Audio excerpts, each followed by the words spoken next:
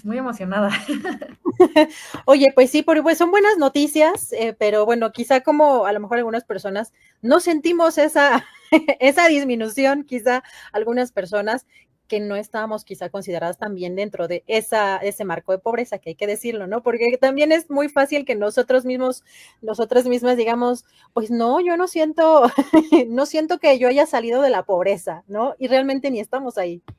Pero hay, por ejemplo, un detalle que ahorita vamos a ver, que no solo es la pobreza por ingresos, y que es la maravillosa medición que tenemos en México, sino por carencias, ¿no? O sea, bueno, sí, además de que las circunstancias de una quizá no estaban tan graves, o bueno, no son como graves como para ser consideradas pobreza, también hay otros elementos que son carencias, como el acceso a la salud, que es pues, de lo que están hablando muchos, que es lo único que nomás no mejora, ¿no? Pero bueno, en general sí, digo, ya lo adelantábamos un poco desde hace 2 semanas, y la verdad es que esto es histórico, ¿no? O sea, sí tenemos que dimensionarlo y sí es una buena noticia, y eso a veces los periodistas nunca hablamos de las buenas noticias o las hacemos menos. Yo creo que esta es una muy buena noticia de la que se tiene que hablar mucho, porque además también se tiene que analizar, ¿no? Y porque también algunos erróneamente y mal usado, tanto desde la oposición como desde la 4T, están presumiendo mucho el tema de los programas sociales, y la clave de este cambio en la pobreza en México no son los programas sociales, ¿no? Eh, pero entonces sí es un momento pues histórico, porque de verdad, o sea, yo ahorita dijiste los datos un poco históricos, digo, las series luego ya en temas muy técnicos, cómo se compara un sexenio con el otro y demás, cómo va cambiando esto, pero efectivamente, o sea, yo no recuerdo, yo la primera medición de la pobreza que cubrí fue la de 2012, justo cuando estaba como terminando el sexenio de Calderón, y luego en 2014, que fue el quiebre, y luego ya cuando tuvimos los resultados de Peña, por ejemplo, y la cruzada contra el hambre, que no sirvió de nada. Pero en general nunca había visto en mi historia como de ser una adulta consciente de estos temas, nunca había visto un México con menos de 40% de pobreza, ¿no?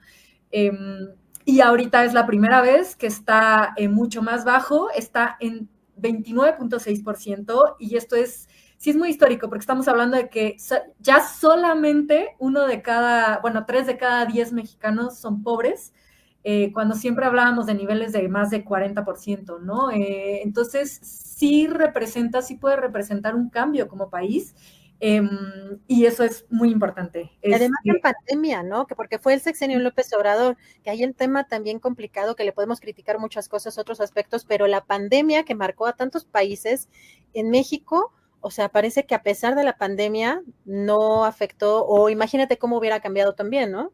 Sí, y eso es muy raro, y ahorita lo vamos a ver en la gráfica. Traté de hacer una selección de gráficas para no parecer que repetía la presentación del INEGI. También esto hay que decirlo, y lo comenté, ¿no? Es un cambio, porque antes la medía el Coneval. El Coneval es quien desarrolló esta metodología multidimensional, que es más o menos única bueno, no única en el mundo, pero sí es pionero y sí ha replicado en otros países. Y por primera vez lo hace el INEGI.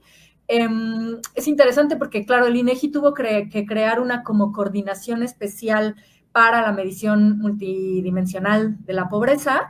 La que pusieron a cargo es esta persona, se llama Claudia Maldonado, dio una explicación preciosa.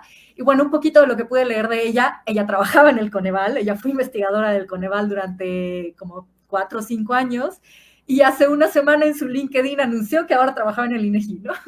Entonces está muy chistoso, supongo que ya estaba hablado, supongo que ya llevaba un poquito más de tiempo, pero bueno, ella lo anunció públicamente hace una semana. Recordemos que además la medición de la pobreza es una cosa muy chistosa, porque se saca de la ENIG, que salió hace exactamente 2 semanas. Digo, la metodología ya está hecho, pero ya los cálculos así finos se hacen durante estas 2 semanas, ¿no? Es un proceso que se hace muy rápido, que qué bueno que el INEGI retomó esta práctica de hacerlo muy rápido, y que además hoy también garantizó que, o sea, ahorita, por ejemplo, hay medición hasta nivel estatal, pero el próximo año que se haga la encuesta intercensal, que es como una cosa parecida al censo, pero más chiquito, se va a generar la medición municipal. Y esto también es muy importante, porque también estuvo en riesgo la encuesta intercensal, se dijo que ya no se iba a hacer, se le había quitado el presupuesto, a la mera hora se recuperó. Entonces, bueno, digamos que todo va muy bien también con el trabajo que está haciendo el INEGI. Entonces, bueno, si quieres mostrar la primera gráfica que te mandé, que creo que ese es como el dato, es la nota, es la imagen que tenemos que tener en la mente, ¿no? La reducción de la pobreza es que, bueno, en general en el sexenio, digamos tomando de 2018 ahorita, hay 13.4 millones menos, 13.4 millones de personas menos en pobreza en general, extrema y moderada. Pero bueno, recordemos que pues también la población varía. Entonces lo importante es ver los porcentajes y como te decía, digo, aquí vemos las dos barritas, bueno, la barrita tiene un componente rojo y uno naranja, que es la pobreza extrema y la pobreza moderada. No viene la suma, el numerito hasta arriba son los millones de personas, no la suma. Entonces, bueno, lo que tenemos es por primera vez que la pobreza es 29.6% de la población. Y pues eso si lo comparas con las barras de los años anteriores justamente, era superior al 40%, ¿no? Y en el sexenio de López Obrador y lo que decías de la pandemia, algo que es muy curioso es que primero subió, de 2018 a 2020 subió muchísimo, bueno, no muchísimo, subió un poquito, y era como justo ahí fue el ataque y como que no está pasando esto de primero a los pobres y qué pasó. Y bueno, y después de esto vino una reducción que vemos que la línea es perfectamente recta, como si no hubiera habido pandemia, ¿no?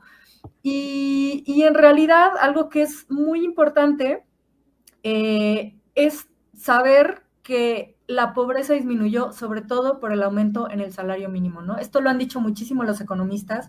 Igual yo me acuerdo cuando yo cubrí justamente las primeras mediciones de pobreza que me tocó, el Coneval, por más que lo criticaran y ahora neoliberales y bla, bla, bla, siempre lo dijo, ¿no? La política social no es la solución para acabar con la pobreza. Yo cubría Cedesol en ese momento y era como, pues Cedesol no tiene del todo la culpa porque la política social ayuda, pero no es lo que va a acabar con la pobreza. Lo que tiene que acabar la pobreza es un cambio más estructural, ¿no? Y ahora tenemos la prueba, y te digo, y también tenemos la prueba de que en los sexenios anteriores los programas sociales que ya existían, porque tampoco se nos olvide que esto no lo inventó López Obrador, la mayoría, o sea, muchos programas sociales ya existían y nunca sirvieron para terminar con la pobreza, ¿no? Una de las cosas... bueno, si quieres ahorita mostrar la siguiente y les explico cómo se mide la pobreza. Me encanta este diagrama porque justamente en la mayoría de países del mundo simplemente es como de, bueno, ponemos un tope económico y es si tú ganas menos de esto, eres pobre, si tú ganas más de esto, no eres pobre, ¿no? Y en México lo que se desarrolló hace ya una década más fue esta medición, que es como, no basta con tener una cierta cantidad de ingresos si luego tienes o no tienes aseguradas algunas cosas, ¿no? ¿Por qué? Porque puede ser que a lo mejor tú heredaste 3 casotas gigantes que rentas y entonces te entra un muy buen dinero, pero no trabajas, haz de cuenta, ¿no? Y entonces, ¿qué pasa si un día te da una enfermedad crónica, o sea, una especie de cáncer? Pues eso te puede llevar a la pobreza, ¿no? Porque ya no basta con lo que estás sacando de la renta de tus casotas, o sea, te acaba la situación económica, ¿no? Entonces, bueno, hay estas condiciones. O, por ejemplo, personas que quizá tienen un ingreso muy modesto, pero por cosas de la vida, una persona tiene una casa que está bien, que tiene sus pisos bien, que bueno, pase lo que pase, digamos, en su casa está bien, y en cambio la persona de al lado tiene pisos de tierra, no tiene suficiente, o sea, no tiene agua corriente, entonces claro, el agua también, no tener agua corriente deriva en que tengas más problemas de salud, etcétera, ¿no? Hay varias condiciones. Entonces, este cuadrito es cómo se mide eso. Por un lado está la línea esa de ingresos, que pobreza extrema es cuando el ingreso no te alcanza ni para una canasta básica alimentaria, es decir, lo que se consideraría una alimentación suficiente no alcanza ni para comprar eso. Pobreza moderada es canasta básica alimentaria más otras necesidades, ¿no? Y luego lo de las carencias son 6, ay, no las anoté, a ver si me las sé decir bien. Bueno, ahorita las vamos a ver, pero es educativo, acceso a la vivienda, también al tipo de espacios de vivienda, seguridad social, salud y alimentación adecuada. Esas son las 6 carencias que también tienes que ver completas, ¿no? Porque también hay gente que vive muy bien, pero come muy mal por muchas razones. Entonces, bueno, todo eso tiene que ver. Y entonces, si muestras la siguiente gráfica, es una pena que esa no esté comparada por años, pero bueno, ahorita les voy a dar un poco el dato. A mí esta me encanta porque también en el rojito es las personas que están en pobreza. Luego están esta situación de vulnerabilidades, que es lo que te decía, quizá personas como tú y yo, algunos de los que nos están escuchando, es como, no somos pobres, pero tampoco tenemos la vida resuelta, digámoslo así, ¿no? Entonces estás en esta situación, en este como naranja y amarillo de ciertas vulnerabilidades, y el verde es quien, digamos, sí está todo bien, ¿no? Es la población que se llama no pobre y no vulnerable. Es decir, si le da una enfermedad va a tener un seguro de salud que lo cubra, digamos que va a estar todo más o menos bien. Y esto también es histórico porque es la primera vez que ese cuadrito verde es más grande que el cuadrito rojo. Hay más gente que está bien, totalmente bien, Es verdad. que está en pobreza. Y esto no había pasado y a mí, o sea, fue también de lo primero que me puse a ver ahorita, o sea, ese porcentaje siempre había estado Hasta es más grande que el naranja. Ajá, ese porcentaje siempre había estado en 20%. Ah, bueno, sí, cierto, un poquitito más incluso. Un poquito, sí. Siempre había estado en 20% y ahorita está en 32%. Por eso te digo, en verdad, esto sí estamos viendo ahorita una transformación del país interesante, ¿no? Que ojalá se mantenga con lo que se ha mantenido el salario y demás. Ahora, esto, bueno, si muestras la siguiente, yo les decía, el tema del ingreso. Ah, bueno, el ingreso quiero explicarlo también. En el decil más bajo, ¿no? Digamos, la gente más pobre, los programas sociales representan únicamente el 24% de su ingreso y el 70% es producto de su trabajo. Trabajo asalariado, trabajo independiente, trabajitos de lo que sea, y bueno, luego hay otro 6% ahí a veces de que eso, el pariente que te ayuda, el que te da, o en el ámbito rural, el que te paga con unas gallinas en lugar de con dinero, ¿no? Pero esto hay que tenerlo muy claro, 70% del ingreso de la gente es por su trabajo, no es por los programas sociales. Entonces, los programas sociales, qué bueno, pero no han sido la panacea, o sea, no son los que resuelven el problema estructural de la pobreza. Es un paliativo, ¿no? Y creo que también se ha establecido en muchos casos, pero bueno, también la oposición ha hecho hincapié, ¿no? Que esa es una situación también para comprar votos.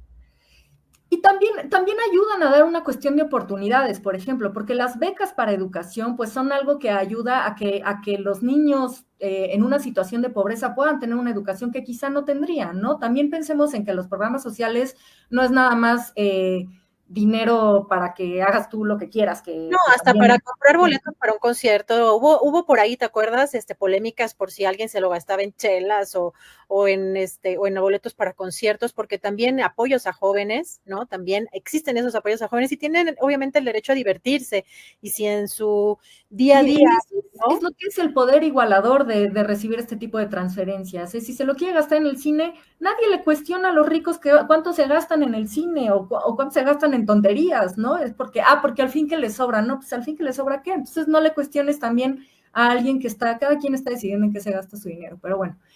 Y esta gráfica que estamos viendo es la evolución ahí sí ya de las carencias sociales cada una, ¿no? Y esto también me llamó la atención que el INEGI fue muy honesto en reconocer que las carencias siguen siendo prácticamente las mismas, ¿no? Eso me gustó también de la conferencia, creo que fueron muy honestas, bueno, esta mujer, Claudia Maldonado, fue muy honesta, bueno, esta doctora súper investigadora, en reconocer que las carencias, si vemos la mayoría, siguen igual, ¿no? Y ahí la única que vemos que brinca es la que está en verdecito, que es la carencia de acceso a salud. Esto es muy fuerte porque sí tiene que ver con el desmantelamiento del seguro popular y que por más que sea criticable, pues no estamos como estábamos en ese momento, ¿no? Es muy fuerte porque seguimos viendo que, o sea, 34% de la población ahorita tiene esta carencia de acceso a salud, cuando en el sexenio anterior era 16%. O sea, estamos hablando de que es más del doble, son 20 puntos porcentuales, es muchísimo y es muy grave, y sigue siendo muy grave, ¿no? Aquí hay un detalle de que, claro, la disminución de 2022 a 2024, algunos están cuestionando que cambió un poco la metodología. También lo que explicaban es, como desapareció el seguro popular, mucha gente primero dijo, no, pues ya no tengo nada, y como que en lo que agarramos la onda de si hay nuevo sistema o no nuevo sistema. Bueno, eso está cuestionado. Yo no voy a entrarle a esa polémica porque pues los expertos son los que están diciéndolo mucho, pero bueno, de todas maneras sigue siendo muy alto, ¿no? Muy alto, y además también se notan diferencias importantes, y aquí sí quise entrar como en detalle. Entonces, si muestras la siguiente, la carencia de acceso a salud, esta es la medición de lo que tiene que ver con quienes tienen un trabajo formal y por eso tienen una afiliación a un sistema de seguridad social, bueno, de salud, y quienes no tienen un trabajo formal. Y entonces vemos que aumentó en esas personas, ¿no? Es decir, ha mejorado un poco la afiliación, también hay datos de que ha mejorado la formalidad, que recordemos que ser informal no es que tengas un puesto de tacos en la esquina, es que tengas un trabajo sin condiciones de seguridad social y acceso a salud, y aquí es donde está la clave, ¿no? Y lo mostraron y lo dijeron. El problema está en que no le estamos garantizando salud a la población que no tiene un trabajo formal. Y ahí el fracaso del INSABI, ¿no? Que el propio López Obrador reconoció ese fracaso del INSABI. Y ese es el gran fracaso del sexenio, creo. Así como el aumento del salario mínimo es el gran acierto, este es el gran fracaso. Y luego, si muestras la siguiente, también este dato me brincó muchísimo, que es la diferencia entre lo rural y lo urbano. ¿Por qué? Porque vemos que en 2016 y 2018 el porcentaje de personas que tenía carencia de acceso a salud en lo rural era menor a la urbana. Y ahora es, pues, totalmente lo contrario, ¿no? Era una diferencia corta y ahora la población rural es la que está más desprotegida. Entonces, bueno, este es un granito más a cuestionar esa frase de primero los pobres, porque ha habido ciertas cosas que no se han reflejado así tal cual, ¿no? Bueno, y ahora, la otra carencia que a mí me llama la atención y me interesa, que es la siguiente gráfica, es la de carencia por acceso a la alimentación, porque bueno, a mí sobre todo me brincó mucho que a mí me tocó cubrir el lanzamiento de la Cruzada contra el Hambre en 2012 con Peña Nieto, con Rosario Robles, bueno, toda esa polémica que recordamos, y a pesar de que era algo muy enfocado a alimentación, pues no sirvió de nada. Al final los datos, el sexenio terminó con el mismo nivel de carencia a la alimentación, y aquí vemos que en el sexenio bajó muchísimo. Entonces es curioso porque volvemos a lo que decía al principio. Resulta que la política social no es la que incide tanto, sino la económica. Al final, pues esto me habla de que pues también, ¿no? Tener más ingresos es lo que te permite comer mejor, simple y sencillamente. E incluso a veces es más barato un refresco que una botella de agua. Exacto, y esas políticas no se han logrado por ningún lado. Entonces, bueno, parece ser que simplemente tener más ingresos es lo que está mejorando. Ahora, dato, pues, curioso, tristemente, pero bueno, por estados, no quise ni mostrar las gráficas por estados, porque eso también se mantiene. Oaxaca, Chiapas Chiapas, Oaxaca y Guerrero siguen siendo los 3 estados más pobres. En todas las carencias son también los que están peor, excepto justamente, bueno, donde se mueve un poquito justamente son en la carencia de salud y en la carencia de alimentación. En salud son Chiapas, Puebla y Michoacán. Y en alimentación, no me vas a creer cuál es el estado con mayor carencia, que es Tabasco. Seguido de Guerrero y Oaxaca, ¿no? Entonces, bueno, eso también varía por estados. Y bueno, si muestras la siguiente, creo que ya son por grupos poblacionales. Esto es muy interesante y a quien le interese y le gusta el tema, en los tabulados del INEGI ya vienen estas tablas como desglosadas. Igual no quise ponerles aquí una colección de numeritos, pero resulta súper interesante comparar por ciertos grupos porque vemos que seguimos teniendo desigualdades, ¿no? Y entonces, igual esto va a ser crítica. Vemos población infantil y adolescente, 38.7% está en pobreza, y población adulta mayor, 23.6%. Y esto es algo que a mí me preocupa, honestamente, porque seguimos metiéndole el mayor dinero, el mayor presupuesto en programas sociales en este país se va a la pensión de adultos mayores, lo sabemos, ha sido una estrategia, y vemos que ni siquiera son más pobres los adultos mayores que los niños y las niñas. Y el hecho de que la infancia crezca en pobreza, que también eso, ¿no? Hace unos años era 50%, entonces ahora ya que estemos en 38, pues ya es ganancia. Pero el hecho de que la población crezca en pobreza luego determina un montón de problemas, porque quienes no se desarrollan bien en sus primeros 5 años de vida es determinante para su salud, pero incluso para su involucramiento con la sociedad, ¿sabes? O sea, una niño que no come bien no desarrolla ni siquiera las mismas capacidades de integración sociales. Y esto también es cierto, casi no hay atención a la niñez, y tristemente sí tengo que decir que es como, claro, porque los niños no votan y los adultos mayores sí, ¿no? Y siempre ha habido, y todos los gobiernos locales también tienen programas de pensiones para adultos mayores, que también es muy justo que reciban algo y que no se muera la gente en pobreza, pero también que nazcan y crezcan en pobreza me parece muy grave, y nunca oímos de grandes programas y grandes acciones para reducir la pobreza infantil. Y eso es algo que tendríamos que ponerle también mucha atención. Está ahí, por ejemplo, también la comparación en condición de discapacidad, que estoy segura que esa brecha se ha reducido también, pero bueno, igual sigue habiendo un poco más porcentaje de población con discapacidad que es pobre. Por primera vez se está empezando a preguntar en las encuestas del INEGI sobre la población, se considera afrodescendiente.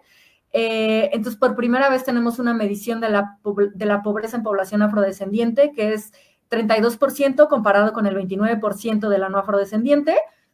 Bueno, por lo menos no es tan grande como, por ejemplo, del otro lado tenemos hablantes de lengua indígena, ¿no? Y esto también es brutal. Las personas hablantes de lengua indígena, el 66% está en pobreza y el 26% no. Entonces, esta brecha sigue siendo gigante. Esta brecha tampoco se ha logrado atender con programas sociales y con acciones que se han dicho y con que también el sexenio pasado vimos lo de la entrega del bastón de mando y este tipo de cuestiones, y la verdad es que la población indígena sigue siendo la más pobre y no hay una reducción muy visible, ¿no? Y bueno, ámbito rural, urbano también siempre ha sido una diferencia muy grande, y por sexo, ¿no? Por sexo es impresionante siempre que hablamos de esto, de que sigue habiendo una brecha, por más que sea no gigante, pero hay una brecha, ¿no? La pobreza entre hombres es de 29% y entre mujeres es de 30%, que es un 1%. Y la última, si la quieres mostrar, fue algo que me llamó la atención porque esto lo mostraron en la conferencia y la verdad es que creo que no lo había visto antes, que decidieron tomarse como los dos extremos completos, y ves que la vez pasada también hablábamos de esto en cuestiones de movilidad social. Entonces de un lado está la comparación de pobreza entre hombres que no son indígenas y que viven en ciudades y mujeres indígenas del ámbito rural, y pues nada, creo que brinca a la vista, es muy notorio, estamos hablando de eso, casi 70% de mujeres en estas condiciones son pobres, mientras que hombres son 22%. Sí, bueno, muy impresionante esta última. Y me quedé pensando, fíjate, en esto que mencionabas tú de los adultos mayores, y creo que habría que poner más atención también a las infancias, pero yo imagino que además también tiene que ver un poco con que los adultos y las adultas mayores han sido siempre como, o bueno, han... no sé si tradicionalmente, pero bueno, creo que además en los últimos años, décadas, una población más vulnerable porque es abandonada, ¿no? Y también creo que esa estrategia de darles, independientemente de la parte también política o electoral, les da cierta independencia, porque además es un sector pues que ya no le dan empleo, ¿no? Y que a veces a lo mejor algunas personas todavía están en condiciones, o hay algunas otras personas que no alcanzaron jubilación o que no tuvieron posibilidades de jubilarse, o ve incluso sobre todo a mujeres adultas mayores o que sus maridos fallecieron o que incluso se separaron o que fueron violentadas y que pues no tienen, nunca tuvieron una carrera o una jubilación, y que es una manera también de subsistir, pero pues sí brinca, ¿no? Esa diferencia con, o sea, la pobreza en las infancias o al inicio de la vida. Entonces, habría que hacer ahí un balance también, ¿no? De justamente cómo esto que mencionabas, cómo el inicio de la vida, pues también ese apoyo social sería fundamental, y sobre todo para las madres, ¿no? Sobre todo para las madres que a lo mejor tienen o están en una situación vulnerable y pueden quizá pues no trabajar, no tienen esa posibilidad, o incluso no tienen la posibilidad de dejar a sus hijos o a sus niños con nadie, que creo que además la presidenta ahora, Claudia Sheinbaum, tiene un proyecto que eran por lo que se conocían como las estancias infantiles, ¿no? Pero ya no subrogadas y ya dependientes del Instituto Mexicano del Seguro Social como centros educativos infantiles, pues a ver si también ese tipo de políticas de la presidenta disminuye un poco esto que nos comentabas, Charo. Sí, y es importante. De hecho, por ejemplo, bueno, ya no comenté más, pero la carencia más alta históricamente siempre es el acceso a seguridad social, no solo servicios de salud, sino seguridad social. Y esa también en el desglose que mostraron ha mejorado por la pensión para adultos mayores, ¿no? Porque pues claro, hay más personas que ya tienen por lo menos algún tipo de ingreso a partir de, aunque no trabajen. Y efectivamente, algo que es interesante ha beneficiado a mujeres que pues de algún otro modo se hubieran quedado sin cualquier cosa porque pues nunca estuvieron en el empleo formal. Y claro, no se trata de, quítenle el dinero a los viejitos, ¿no? Sí, no. Pero, por ejemplo, una crítica que sí hay a ese programa es que al ser universal, pues, y todos conocemos a viejitos de mucho dinero que odian a López Obrador y la 4T, pero bien que cobran su pensión. Está muy bien, o sea, está perfecto, pero también, si tienes a niñas y niños creciendo en pobreza, pues quizá habría que recuperar esa focalización y decir, a ver, necesito dinero, porque el problema aquí es que para todo hace falta dinero, entonces no se trata de quitarle a nadie, y está bien que haya ingreso universal, sobre todo para adultos mayores, pero es lo que te digo, ¿cuándo oímos hablar de programas para infancias? Casi nunca.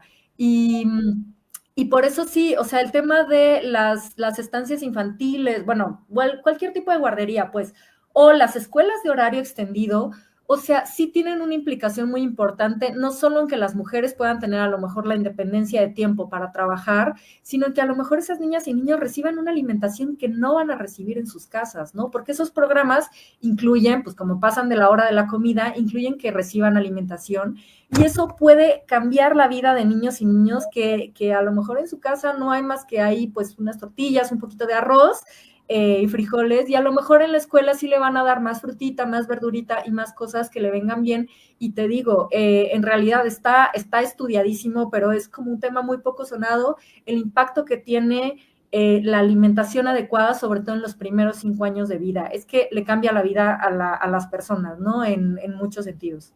Pues yo digo que sí, sí hay que quitarles, y a los ricos, a los millonarios, por eso una reforma fiscal, pero creo que no. Creo que no va a pasar en este sexenio.